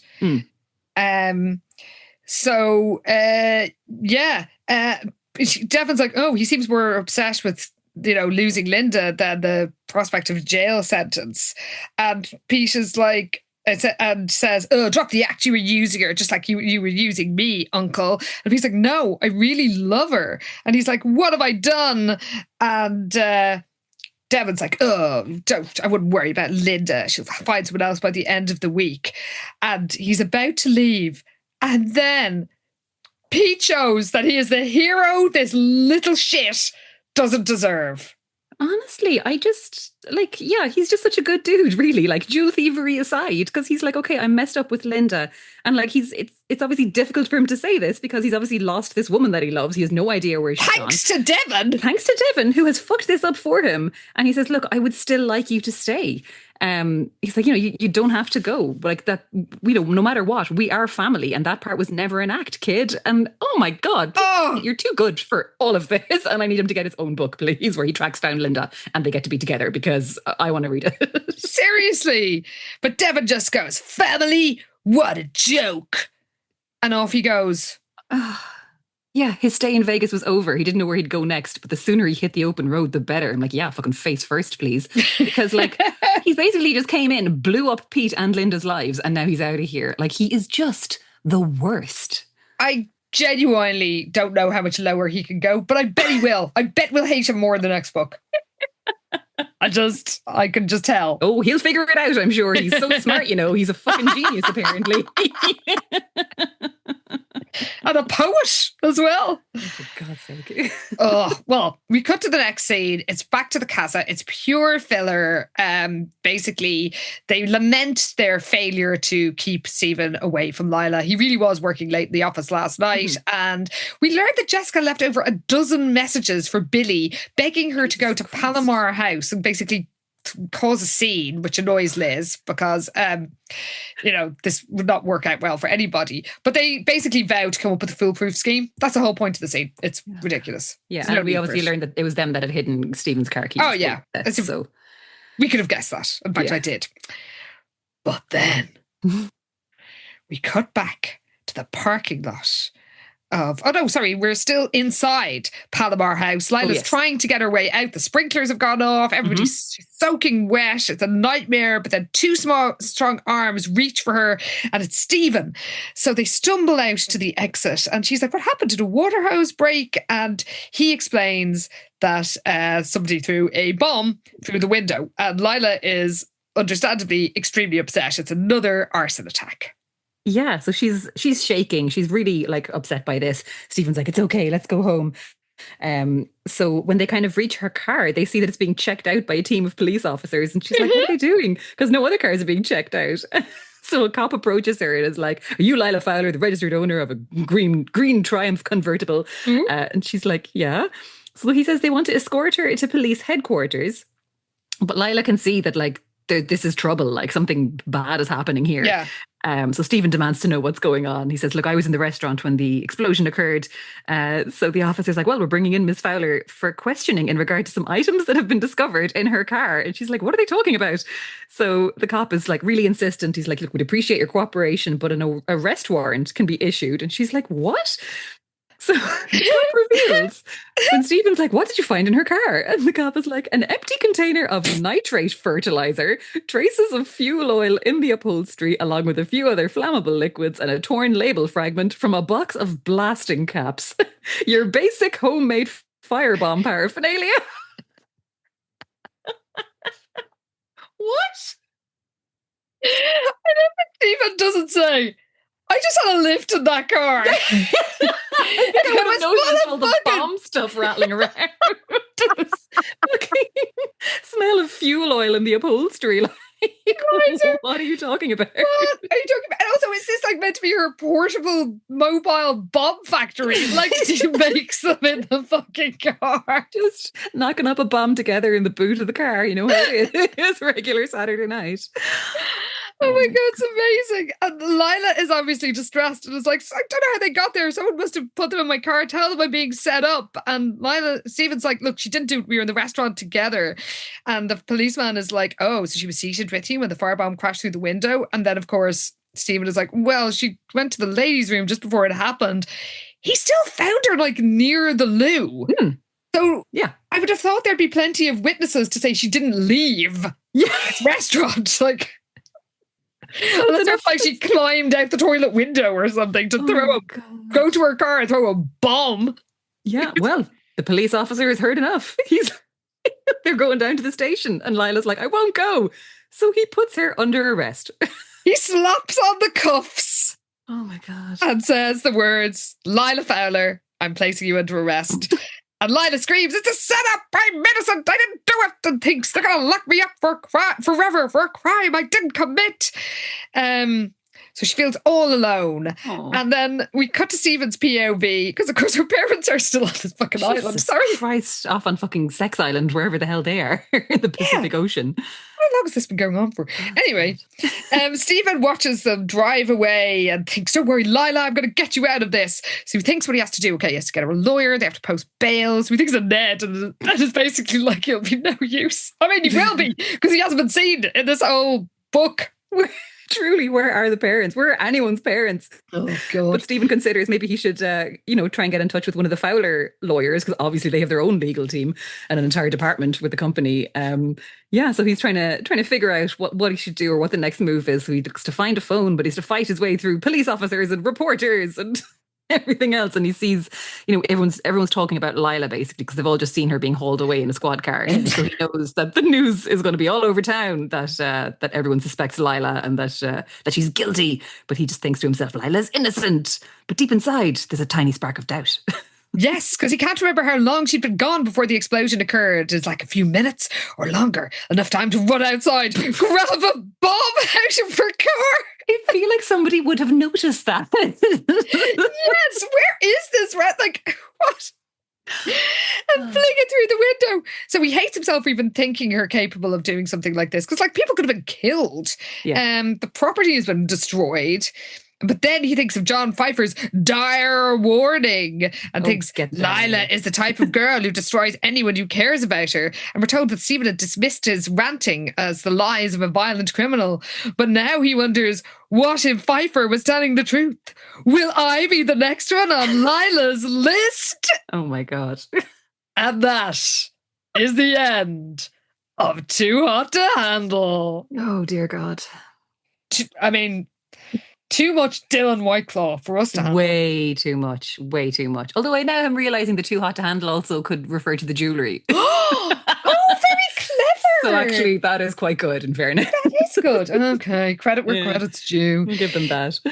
You don't have the exit tagline or the teaser. I do in this case, yeah. Oh, well, do you want to share it? Because it's pretty good. I hope it's the same one I have, because the one I have is amazing. Okay, let's see. The police may have snagged their number one suspect, but they've made a disastrous mistake. There's a crazed arsonist on the loose in Sweet Valley, and the next act of destruction may hit too close to home. Will Stephen be able to spring Lila and find the real culprit before he strikes again? Find out in Sweet Valley High, number 137, Fight Fire with Fire, the final book in this intense 3-part miniseries. Well, intense is one word for it, I suppose. I'm honestly, I have no idea who the arsonist is. And I don't know if this is just me being dumb again, like I have been previously, but I'm just like, I genuinely don't know. I am assuming it's John. I don't think it is. I don't know. I don't believe that it's John. I think it's going to be someone completely out of left field, but I don't know who that could be. Is the other thing. Yeah, well, I'm willing to be surprised. I mean, you know what? If it's Pete, I'd still. That would be a twist. And even then would be like, yeah, Pete. Well, after all that drama, do you have stats and outfits? I've got some chuckle stats. Oh, excellent. Okay. Okay, I'll do my regular stats and we'll do the chuckles. Yeah, save the chuckles to last. Okay, so, I mean, this just goes to show how little the twins actually feature in either of these storylines, because both the blondness and the blue-green eyes only got one mention apiece. Wow, in the whole book? In the entire book, which is crazy. Especially considering Devon's blue eyes got 2 mentions. Lila's brown eyes got 2 mentions. And D.A. Joe Garrison's blue eyes also got 2 mentions. Oh my God. Joe Garrison's and blue eyes get more mentions than the This is what we're dealing with here, people. The wheels have come off. Like, we have all truly lost our way at this point when the DA is getting more eye colour action than the twins. That's actually made me hysterical. I'm losing it. Joe Garrison, that dreamboat, his blue eyes. Okay, man. Go on. So people cry 8 times. I mean, I wanted to cry more times than that reading this pile of shite. So yes, it was mostly Lila, but yeah, a few others got in on that too. People rolled their eyes 15 times. There's wow, that's a lot. However, not as many times as people chuckle. So, any more stats? Oh, actually, yeah. So in terms of as well as eye rolling, the eyes were up to all sorts as they are lately. So people's eyes glimmered 3 times. Okay. They twinkled twice. Oh, yes, glinted 3 times. Only sparkled once. Whose was that? I wonder. Oh, that might have been Linda, actually. Oh, yeah, which is gazing at her jewels. Yeah, but people narrowed their eyes 12 times. Oh, my God. A very squinty book. Fucking hell. Yeah. Didn't see that coming. I know. So go on, hit us with the chuckle count. Well, I think this might be a record for a single, like little motif or word in a book. People chuckle in this book 22 times. Are you serious? Yes. Holy shit. I'll send you a photo. I'll do a screen grab and send you a photo so you can see. We can post it. That is deranged. It is. We've never seen the like. 22. 22 chuckles. 22 of anything in I know.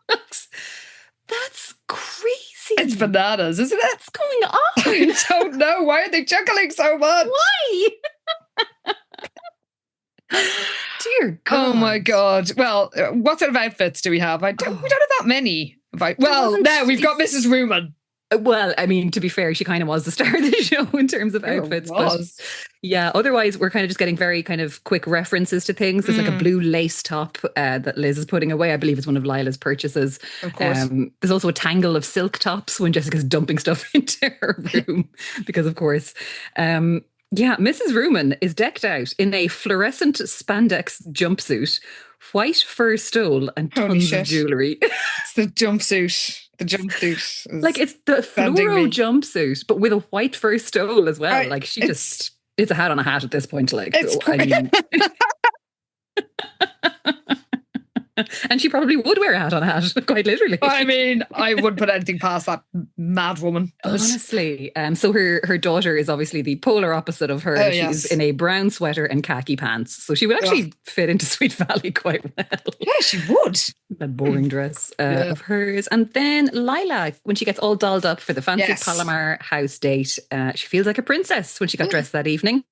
The pale green satin sheath had been an inspired choice, and the exquisite emerald earrings she had bought at Stowe's complemented it perfectly. So it does sound like a fucking 10 out of 10 outfit. That does, yeah. The pale green, the diamonds, amazing. Yeah, really good. Unfortunately, she ended up soaking wet and scrabbling around on the ground and getting arrested. So. Yeah.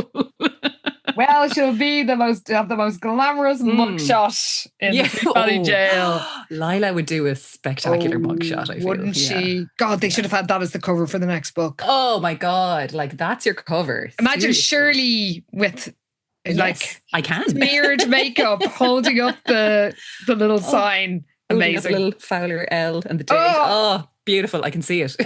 So could I. God damn it. Wasted opportunity. Yeah. Well, listeners, what did you think of part 2 of Too Hot to Handle? Did it make you chuckle? Ho, ho, ho, ho. Oh, God. I can't, 22. I can't get over that. No, it's really floored. Do you hate Devon as much as we do? Justice for Pete. Pete, king among men. I love Pete. He didn't do anything wrong, and I hope he just made a mad airport dash and caught Linda in time. I've decided that's yes. Oh my God. Yeah.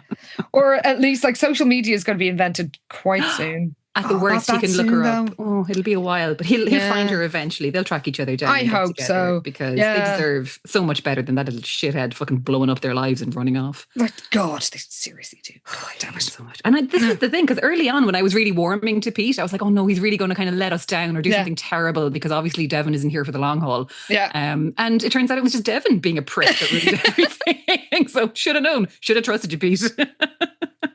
Seriously, as I said to Karen earlier when I emailed or I texted about this, I said, justice for Pete, by which I don't mean prison. I'm glad he stole that old pervert's tacky lighter.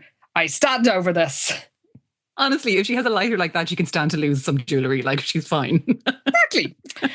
So, listeners, what did you think? Did you feel too hot to handle reading all of this? And do you own a monogrammed lighter with the first letter of your surname on it? Do let us know what you thought, because we absolutely adore hearing from you. You know where we are. We are on pretty much all social media at SVH Podcast. Yes, you can send us an email at svhpodcast@gmail.com. And we're most active on Instagram.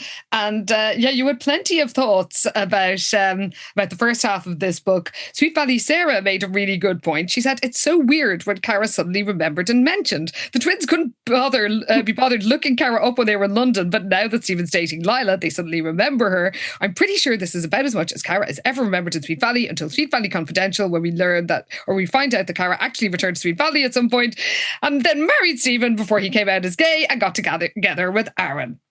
Like, come on, Sweet Valley writers. Like, what is Cara doing? Where is she? Honestly, what's happening? I loved this from Pippi and Shirley, who said that somewhere, yes. and she's so right, somewhere in this goofy book, there is a seed for a great caper film. I'm imagining Paul Newman, River Phoenix, Catherine Ross as Pete, Devon and Linda. Vegas. Holy shit. This actually, yes. I'm all over it. Like, I love this. I want it.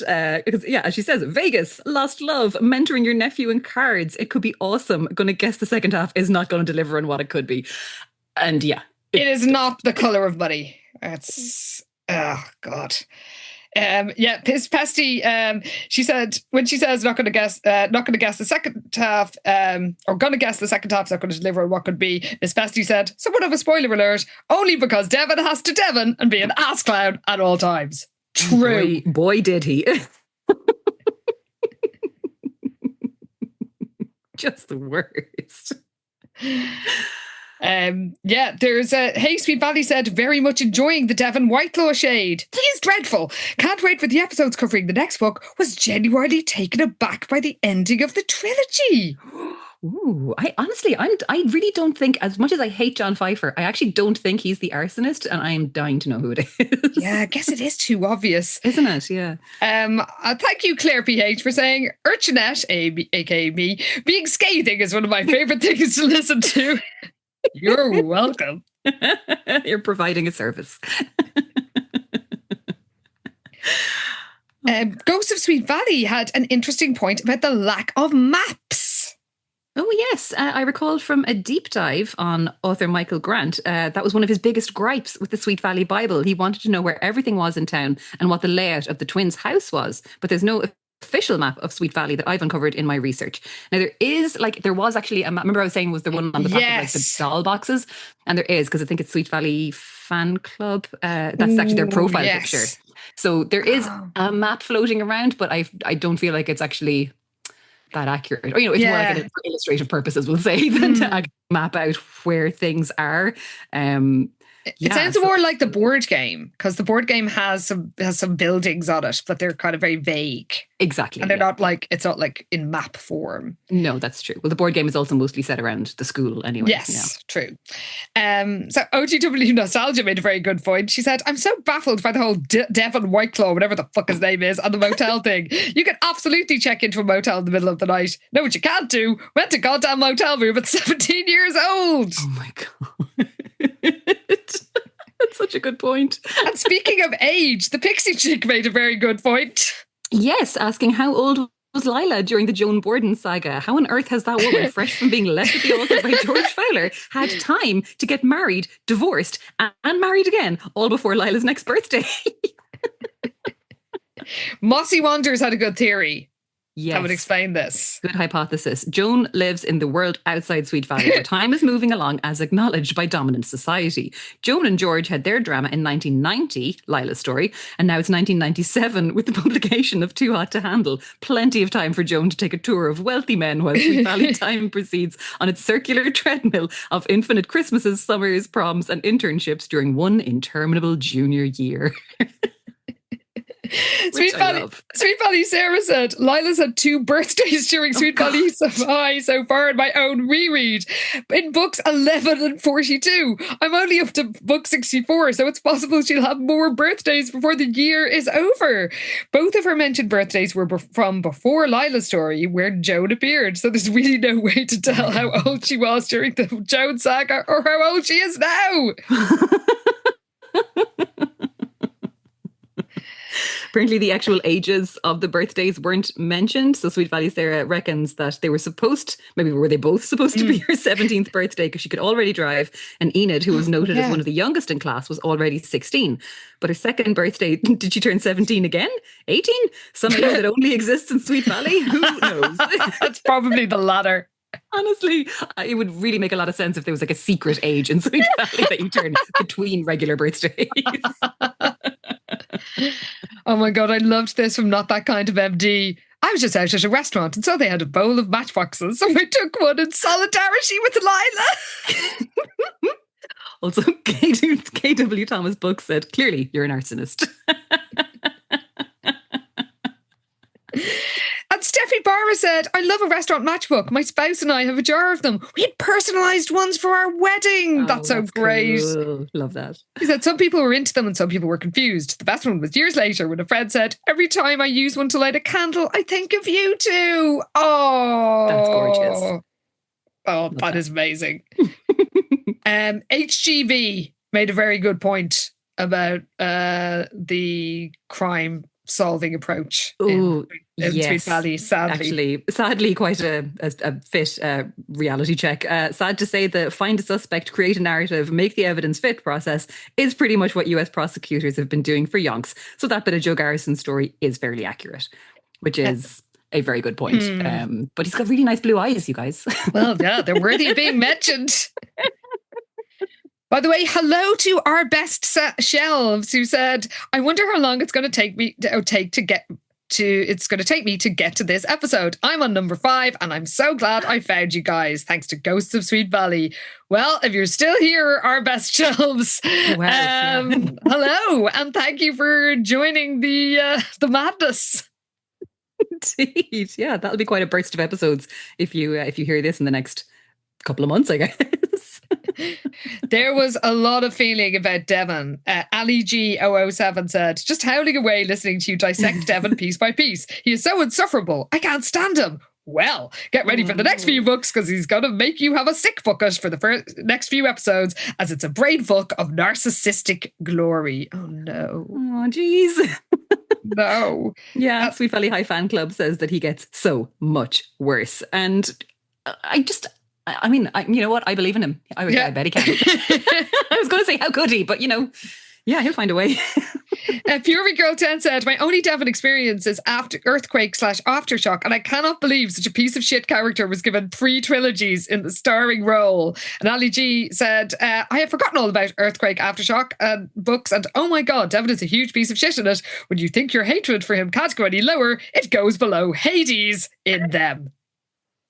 What? Why? What were they thinking?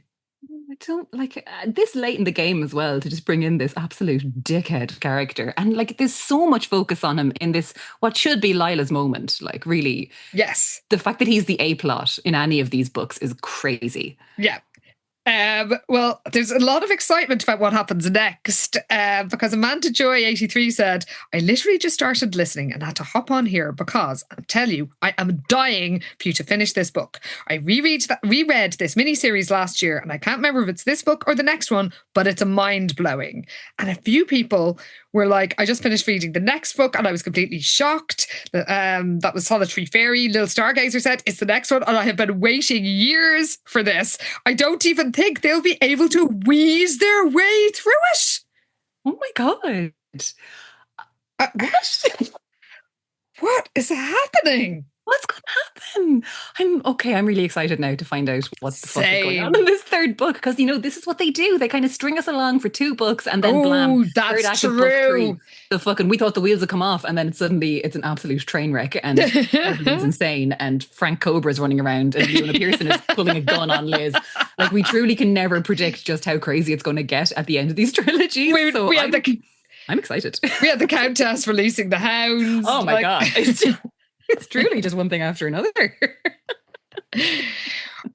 Huge thanks to Eliza Roa 75 and somebody else as well, but Eliza was the first person to say it, who was able to tell the person who couldn't remember where she had got second and 10, that's our Ken, which she had been actually chanting at the sidelines of games.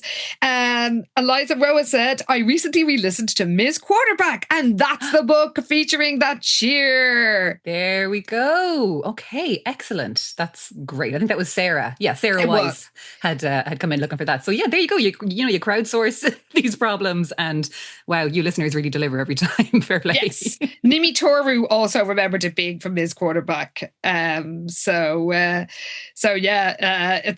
thank you to our listeners. We always know we can rely on you to remember things better than we do. Madame Fromage likes other stuff. Set off the tag yourself in style. Oh, where was this? Sorry, I'm lost in the comments. Oh, she said, I'm Devon Whitelaw's fake ID, which says Dylan Whitelaw. I have the better personality than the guy, and my name is cooler. That's true. Oh, 100%. Like, Miss Pesty said, I'm Linda, and I really should have invited this insufferable clown boy into my hotel room and pushed him off the balcony. That would have wiped the smirk off his face. If only. Happy ending for Linda and Pete. Oh, really?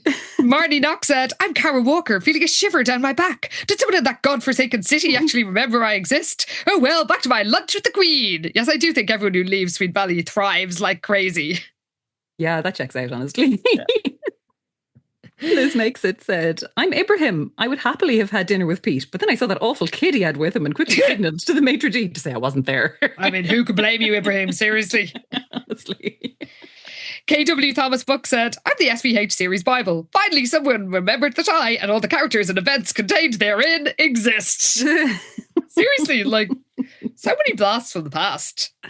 Yeah, in fairness, like, yeah, it's good consistency. We got to give him that. Marnie McFly VA said, I'm Emily Gilmore. No one can beat me when it comes to firing the help, but Lila is certainly giving me a run for my money. Kudos, my child. Rainbow Dash said, I'm the gruesome facial hair. Considering that D-Boy is only 17, I consist of 3 dark hairs on the upper lap and an odd ginger patch on the left of the chin. Oh. Oh, I love this from Little Stargazer, and this is quite a fitting end to everything. She said, I'm Las Vegas, ready for Devon to leave me. This from Fury Girl implied that I think what we're all thinking, that Devon was the kiss of death to this entire series, because she said, I'm Mary Sue, the ghostwriter. I'm done, y'all. This has been 14 years of 1 year. I'm turning over writing duties to my brother Mario. He's going to introduce a new character. I'm sure that new blood will keep Spike Valley High going for another 130 books. Oh, womp womp. I loved this from Jen B's Gills. I'm Della, thinking it's all well and good for Pete to tell this nephew of his that he doesn't want that stupid family money, but I'd still like my stupid $500, Pete. I mean, his only real crime in my eyes was not giving Della her money back. Truly, yeah. And also there was nothing about that weird, because it was Della was like someone that Lila fired, and then there was a random Della in Vegas. So it just turned out to be lazy naming. Well, I mean, why are we surprised? And last night, a little dancer kind of summed it all up. Oh, yes. I'm Reason. I am completely unable to break into the Pascal universe because I'm just not pretty enough.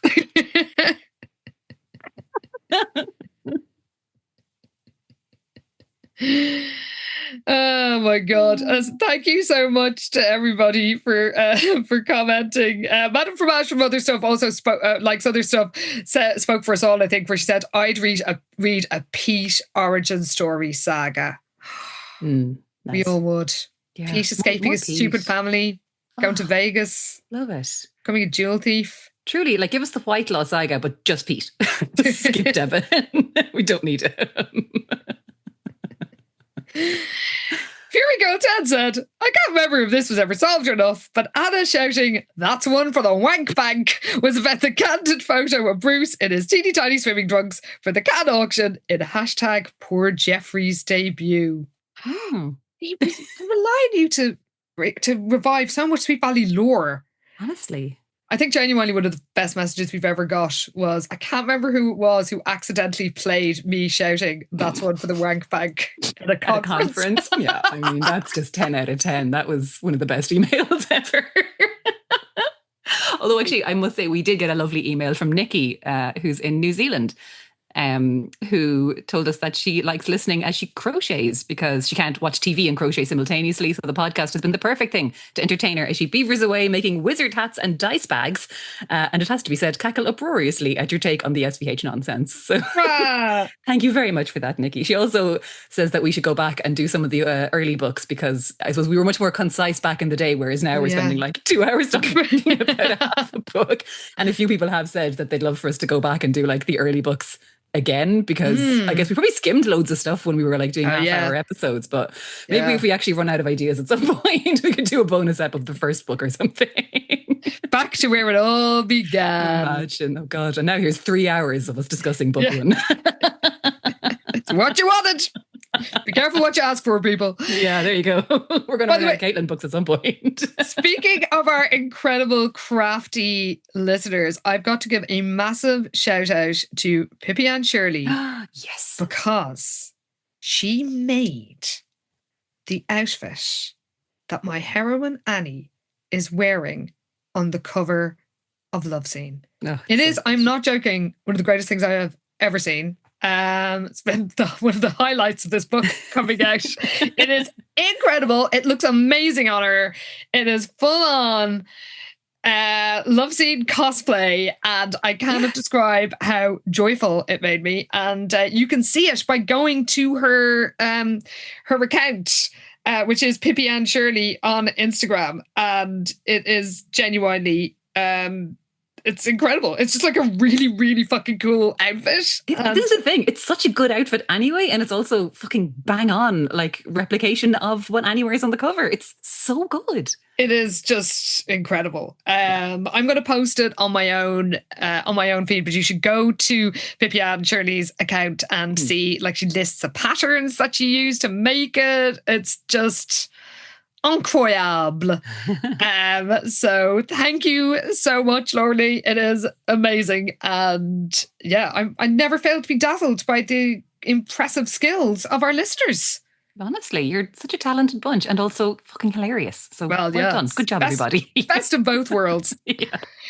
Well, if you would like to listen to us even more, you can, of course, join our non-toxic sorority, Pi Beta Alpha, and join us in the Clubhouse every fortnight. And you can do so by signing up to HeadStuff Plus. And now there's been a few changes in HeadStuff. Yeah. Yeah, so if you head over to headstuffpodcast.com, you can sign up to support the show. So yeah, there's been a little change. So now if you want the solo plan, as it's called, so it's €6 a month that supports us directly. You get your like ad-free, the ad-free feed. So there's no ads in your episodes, and you get all your bonus episodes and regular episodes together in the one feed. And yeah, that's a pretty nice deal anyway, because we have so much bonus episode stuff between the PBA talking about the Sweet Valley High TV show and now all the Caitlin books. There's loads of stuff there. But if you wanted to get access to everything, you could get the premium plan, which is €8 a month. That gets you network-wide access, and you can kind of split your money between 3 shows, which is kind of how things used to be. So now it's like, yeah, if you can just do the smaller one is kind of €6 a month. That just supports us. You get all our bonus content. And yeah, it's still pretty good going, because yeah, there's loads of stuff in the back catalogue there, and we are up to our neck in Caitlin shenanigans at the moment and having a great time with it. We sure are. And if you are an existing member of the sorority, it will be going up to €6 a month, but you'll still keep your full network-wide access. So yeah, it's just a little bit more. So, you know, we hope you don't mind that you will still continue to join us in the Clubhouse with Caitlin we're having a great time. Caitlin's in college. It's all kicking off. There's a mountain man out for revenge for the wrong reasons with misplaced anger, but we still kind of want to see what happens. There's somebody called Win with 4 horses. His name is Win. His name is Winslow because, which is only 2 letters away from Winston. Because seriously, the Pascal verse, they're not good at coming up with the names. No, there's a list. There's 20 names on it, and by God, you stick to it. You sure will. So yeah, we are having a great time. I can't wait to see what happens next, because Mountain Man Julian is starting to put his plan into action. And when we last left Caitlin, she was about to come face to face with him. So we're very excited about that. So yeah, we will see everybody, everybody in the sorority. We will see you in the Clubhouse in 1 week's time. But we will see everybody back here in the main feed. I'm so excited for this last book. Oh my God. Our hopes are high, not for anything to do with Devon, because we're sure that's going to be terrible. But I've got to say, now Lila has been dragged off to the big house. Oh my God. With a homemade bomb factory in the back of the lime green Triumph. Well, of course. I mean, where else are you going to keep a bomb factory? We're going to find out what happens when, I guess, Stephen Wakefield decides to prove her innocence and fight fire with fire. Oh, wow. See you then, everybody. Thanks for listening. Justice for Pete. Oh, hero.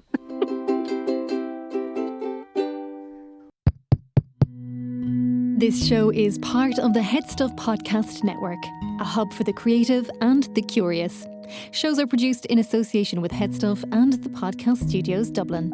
Find out more or become a member at headstuffpodcasts.com.